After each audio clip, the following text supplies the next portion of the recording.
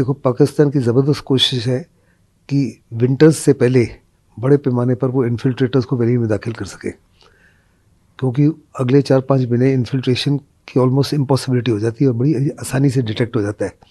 इसको निगाह में रखते हुए उन्होंने ज़बरदस्त कोशिश कर रहे हैं पिछले कुछ दिनों से, लेकिन तमाम कोशिशें उनकी विफल हो रही हैं।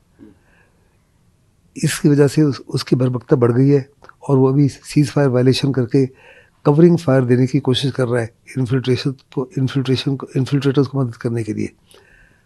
बीएसएफ जवाबी कार्रवाई कर रहा है और मुझे पक्का यकीन है जवाबी कार्रवाई काफ़ी सख्त और प्यूनिटिव होगी ताकि पाकिस्तान इससे बाज आए।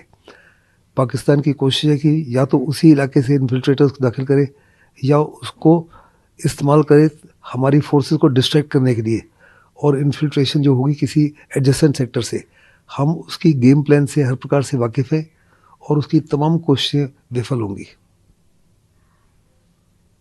एक Qatar x Indian navy officer punished in Qatar as death penalty. The lowest court of Qatar has given death penalty to 8 Indian naval veterans, 7 of whom have commanded various warships, etc. Only one of them is a sailor. These 8 personnel have been languishing in Qatari jails for the last several months.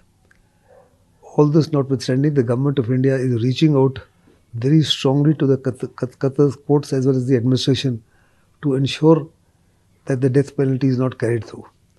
We are providing all legal aid to them. The MEA has also decided to ask for increased consular access to them. Qatar's courts are not that transparent as Indian courts. There is opaqueness. That notwithstanding, these 8 officers were training the Qatari armed forces.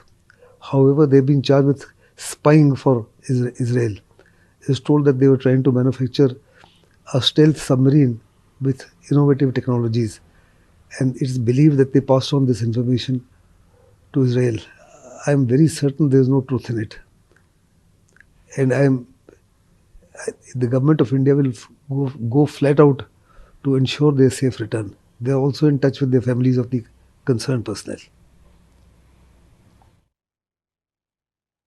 X Indian navy officer को death penalty मिली है Qatar में। Qatar के lower court ने 8 naval personal जो हैं, जिन्होंने कई प्रकार के शिप्स को कमांड किया है, सीनियर ऑफिसर्स थे, एक उसमें सेलर है, उनको डेथ पेनल्टी दी है ये कहकर कि वो इजराइल के लिए स्पाइंग कर रहे थे। ये जो ऑफिसर्स हैं ये कतर की जेल में पिछले 4-5 महीने से हमारी सरकार और MEA ने साफ तौर पे कहा है कि वो फैमिलीज़ के साथ कांटेक्ट में हैं, उनको हर प्रकार की लीगल एड देंगे। उन कतर की सरकार से हम कहेंगे हमको ज़्यादा काउंसलर एक्सेस दिया जाए, और अगर आवश्यकता पड़ी तो at the highest level Qatar की सरकार से बात करेंगे ताकि इनको वापस हिंदुस्तान लाया जा सके। और मुझे पक्का यकीन है कि हमारे जो रिलेशन है कतर के साथ काफ़ी से बेहतर हैं, काफ़ी अच्छे हैं।